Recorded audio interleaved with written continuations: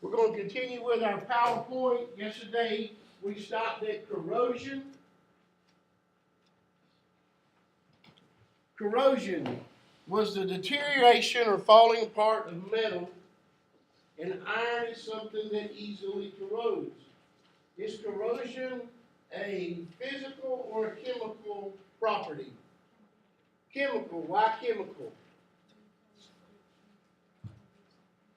It can't be changed back, right?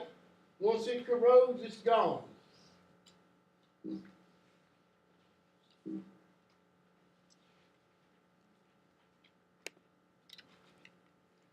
Reactivity. The ability to combine or react. Metal sodium reacts with water and it explodes. So reactivity tells us how active a substance is. Okay? How it will react with something else. If you've got two people that don't like each other and you put them in the same room side by side, what's likely to happen? A fight. Because they don't like each other. It's not a good reaction. Okay? Yesterday with the Valentine's thing, someone came in and they got a carnation and a song. When they saw that person who gave that to them, what kind of reaction do you think there was there? A good one, right? Okay? Because they reacted well together. This is one of those elements that if there's a fire and the building contains metal sodium and the fire department shows up and starts shooting water on it, what's going to happen? It's going to explode like a bomb, and they don't know. That makes no sense. Physical properties. Write the question and your answer. 4 blocks were placed in water. The densities are A, 2.3, B, 5.9, C, 9.8, D, 0.5. Which block floats?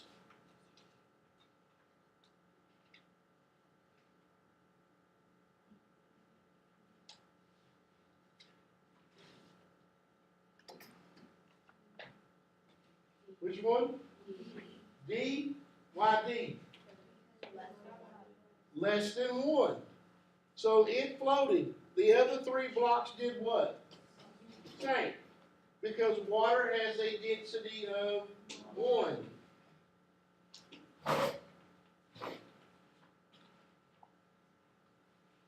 Physical properties, again, we're going to go over these and over these and over these because they continually get confused when we have to identify them.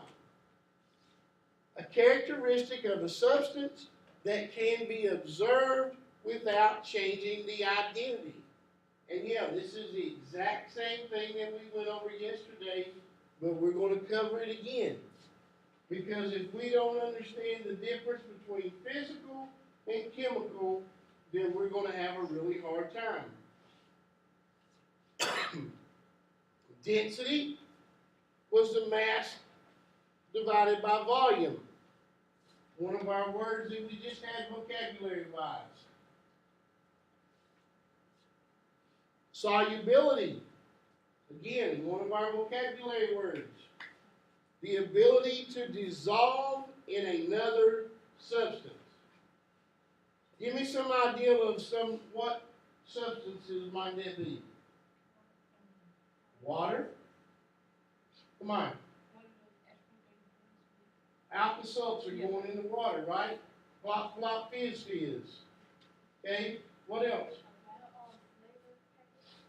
Flavor packet for your drink. Kool-Aid, tea, sugar, salt, okay, coffee.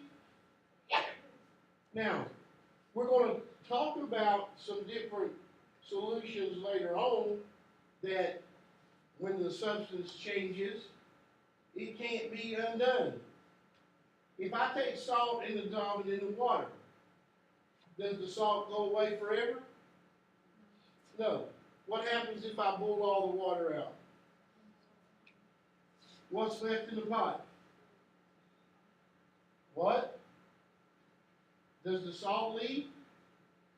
Or does the salt stay in the pot?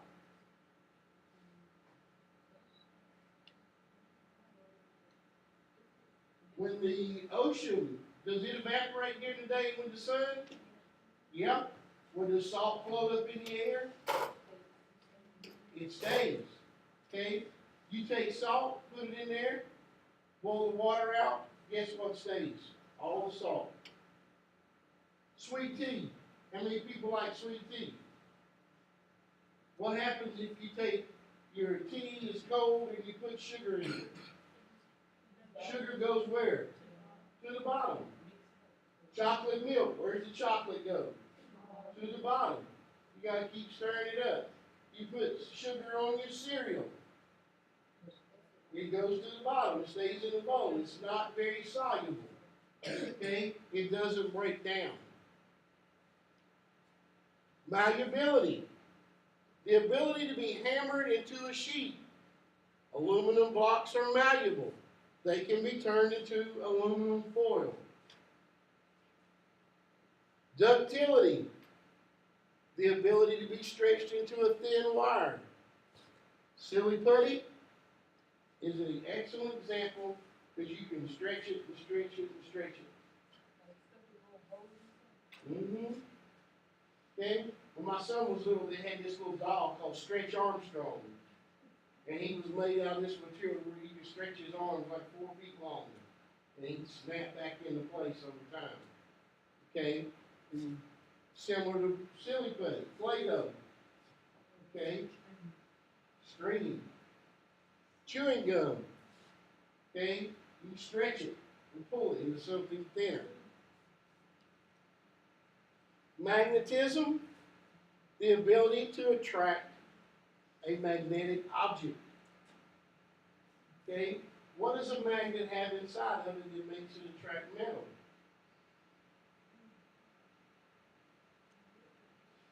It's the way the electrons are aligned. It's the electricity. Okay? Will they attract plastic? Why? It's not metal. Okay? Anybody ever been to the junkyard and seen the giant magnets that they use to pick up trash? They run electricity through those big things. You know, they pick up thousands of pounds with a magnet. Electrical conductivity. That's what I heard Zach just when he was studying. He said, the ability to conduct electricity. What word is that? Well, the word is, the answer is in the definition. Yeah, electrical conductivity. Okay, is the ability to conduct electricity. Some things are better than others. Okay, rubber, does it conduct electricity? No. A pair of metal pliers, yeah, you get shocked. States of matter are physical properties. What are the states of matter? Solid, liquid, and a gas. Now, Mr. Wilson taught you all another one.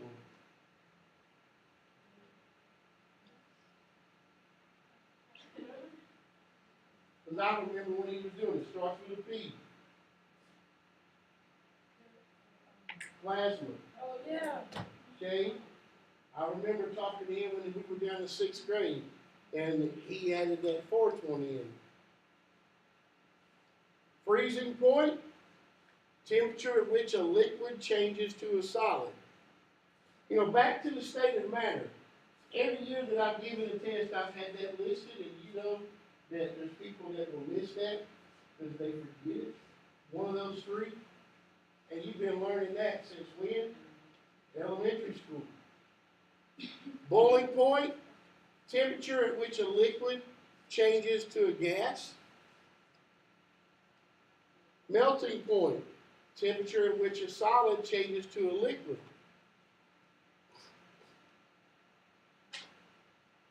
Some other physical properties, mass, volume, odor.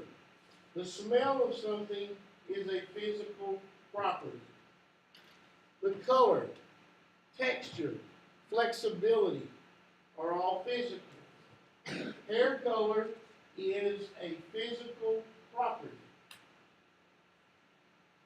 The texture, how it feels, rough, smooth, abrasive, how flexible. You know, we can't bend a steel rod, but we can bend an aluminum rod. Aluminum foil, we can just tear it easy. But a sheet of steel, we couldn't tear, could we? Okay, even though they could be the same thickness. It'll tear you. It's called a knife.